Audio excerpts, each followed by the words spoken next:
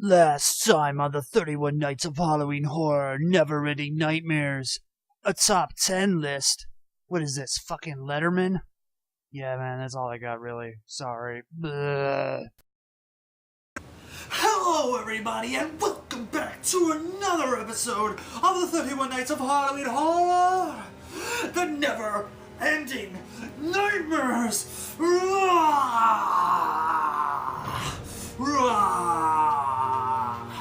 I'm sorry, but I gotta just get as much energy as I can because I am exhausted. Unexpected 11-hour workday today. So, anyways, coming up, episode 22 here.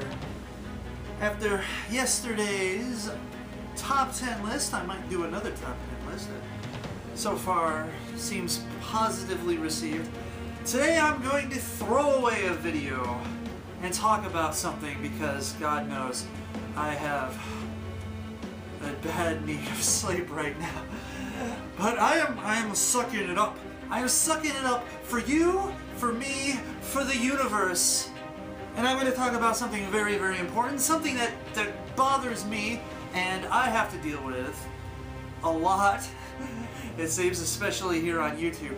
And that thing I'm going to talk about is, anyone who read the title of the video already knows what I'm talking about. Censorship. Yes, censorship. Censorship. Honestly, what does this have to do with horror? Well, apparently, at least what I feel is that the horror genre has to deal with censorship a lot more than any other genre in movies, because there's not only just the violence, but there's also the sex and the violence and things like that. And really, all I've ever heard about since I got into horror is about how many times they've had to cut this and cut that and tweak this and tweak that so that you could get an R rating and not an X rating. Yeah, before NC-17 existed, you could get an X rating, which is technically pornography, for too much violence and gore. And honestly, it really irks me because I do not like censorship. I think that the integrity of the work, the artist should have the right to show what they want to show, even if it is outrageous, even if it is offensive, even if it is in horribly bad taste. I think it cheapens whatever the artist is trying to do, whether that's actual art or literature or a movie, even a video game. It cheapens what they do, and it cheapens the entire, I guess you would say, art form to begin with. I mean, I really, really, really dislike the fact that I have to go through, and it adds more work for me, go through and put little boxes over kitties. And sometimes, you know, especially when I was doing my pre-Mutos video, I was thinking about, oh, I should show this scene. No, I can't cut that.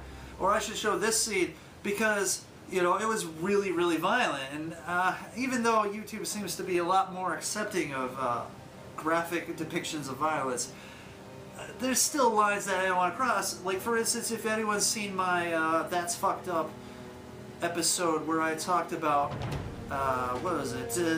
Eat the Schoolgirl. Eat the Schoolgirl. I really couldn't show you some of the things that I was talking about that's fucked up because I didn't know, like, I didn't know if my channel was going to get annihilated because of it. And I really think that's pretty pissy bad bullshit, especially with the internet. The internet, I mean, come on, people. With the internet out there, you can see real life deplorable actions, let alone fake recreations, and yet we still seem to have a gigantic stick or bug up our ass about all these types of things, and we've got to be very careful.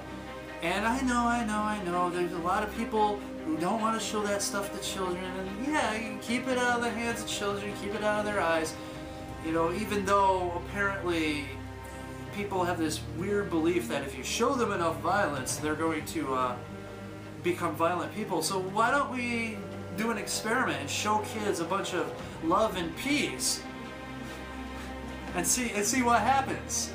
right? I bet you it doesn't change a damn thing, because guess what? It's bullshit. That's why love songs don't make people lovers, and violent songs don't make people violent. They were already violent. I don't know, maybe it's a mood thing. But, so, it really just irks me that you've got all these things that I hear about, these movies, which had things cut out. And unfortunately, because of this stuff, and back then with, you know, not good archiving, and we're not in the digital age, you know, we're not in the realm of saving things. A lot of that stuff is lost, and lost forever. The true intended vision of the director, of the movie creator, for a lot of movies are gone forever, and it's a fucking shame, man. It is. It is a travesty, and you know what? It should be embarrassing. We should be embarrassed because of the MPAA and the fact that we're trying to pigeonhole things into the R rating. And honestly, nowadays it's getting worse, because now we're trying to pigeonhole stuff into the PG-13 rating, because that's technically will give you a wider audience. You know, for instance, the Deadpool movie. I heard that the Deadpool movie is finally greenlit, but they only greenlit it because they had the studio promise it was going to be PG-13, which is bullshit. Anyone who knows Deadpool knows that PG-13 just ain't what's going to happen in a Deadpool movie. So, unfortunately, also in this day and age, we have the whole unrated and rated DVD, Blu-ray releases, which, you know, on the good side, you know, allows us to actually view things without the fear of the ratings board destroying things. But what it also does is it creates the fact that if I wanted to watch something in a movie, I'm not going to see the guy's true vision until I get the Blu-ray release. And sometimes it doesn't actually happen. Like, for instance, the Evil Dead, the new remake that came out just last year. I heard that they cut some stuff to keep it an R rating. But when the Blu-ray released, there was not an unrated version of it. Does that mean there's going to be an unrated version? I don't know. Maybe there never will be. And I will not have the opportunity to see exactly what was so bad, first of all, but what the true director wanted in their movie. And it's bullshit. And I hope, like, anyone watching this will agree that it's bullshit. I mean, I don't care, like, you could have things that are offensive to me all you want. It's your right to show it and say it, and I will defend your right to do it. And I might say you're disgusting and I hate it, but I'm not gonna like try to get you, man. I'm not gonna try to get you quieted or shut up. No, because what? I don't want my stuff getting screwed with either. So you know, do unto others as you will have them do unto yourself. So I'm not going to go around trying to say you got to censor stuff, because I don't want my own stuff being censored either. So unfortunately, it's just it's a sad situation. It's gotten better in some aspects. There used to be Notorious, a list in Britain called the Video Nasties, and these were movies that the police would come and confiscate from you. They would take your property because they would figure that's illegal content. That is content. You are not allowed to have that. You're not allowed to watch that movie.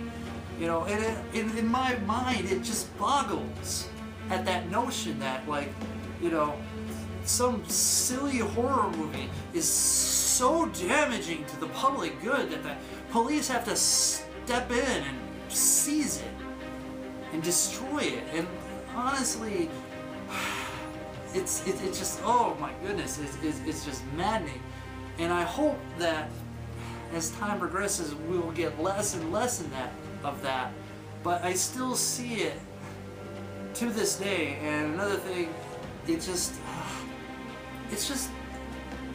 it's really disappointing because it shows a very, very blatant disrespect to the average human being, that we need another entity or a government or some sort of board to tell us what's appropriate for us.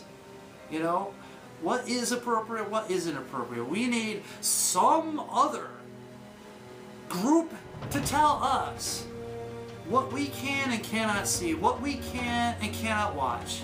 And it's very disrespectful because they're saying that we're stupid, that we are too dumb to figure that out, and that we're so fucking lowbrow, easily manipulated that we're gonna go watch a horror movie and then we're gonna go rape a bunch of hookers and chop them up into little pieces because we're that crazy, we're that uncontrolled, we have no self-control. We cannot just, you know, watch something and go, okay, I watched it. No, we are so stupid and so easily manipulated, which is funny because if we were, I would think the government would have taken advantage of this a billion years ago and we'd all be mindless slaves by now. But apparently it only works when it's freaking horror movies or video games.